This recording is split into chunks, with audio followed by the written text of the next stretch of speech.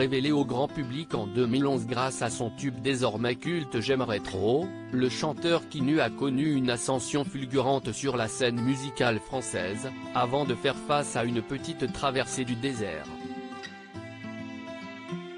Extrêmement productif, comme en témoignent ses 10 albums en seulement 14 ans de carrière, le musicien a rarement fait l'unanimité auprès du public, notamment à cause de son style musical, considéré comme du dancehall.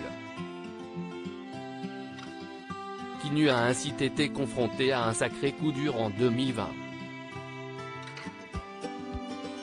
Cette année-là, le chanteur fut contraint d'annuler sa tournée Thérapie Tour, faute de billets vendus.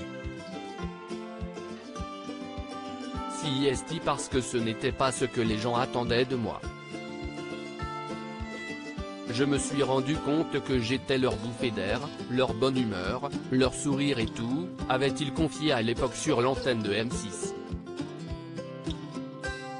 Malgré cette grosse désillusion, le musicien s'est remis au travail, et a renoué avec le succès. Invité par Benjamin Castaldi sur le plateau de l'émission TPMP même l'été le jeudi 17 juillet 2022 sur C8, Quinu s'est confié sans langue de bois sur l'annulation de cette fameuse tournée, qui aurait pu mettre un terme à sa carrière de musicien. Soit on assume l'échec, soit on fait une entourloupe, a tout d'abord lancé le chanteur. Quinu, son dernier album en date certifié disque d'or. Moi je pensais que c'était fini. Si j'étais si triste, si est que pour moi, c'était terminé.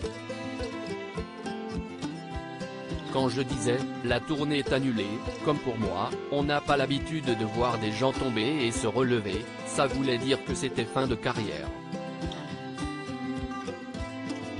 Je m'étais préparé à faire autre chose, a rajouté Quinu. Pour rappel, le musicien est revenu sur le devant de la scène avec le titre Tahiti en 2020.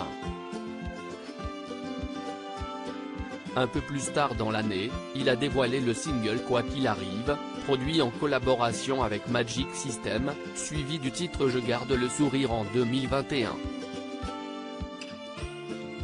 Toutes ces chansons figurent sur l'album Rêver, qui est sorti le 7 mai 2021, avant d'être certifié disque d'or, vendu à plus de 50 000 exemplaires.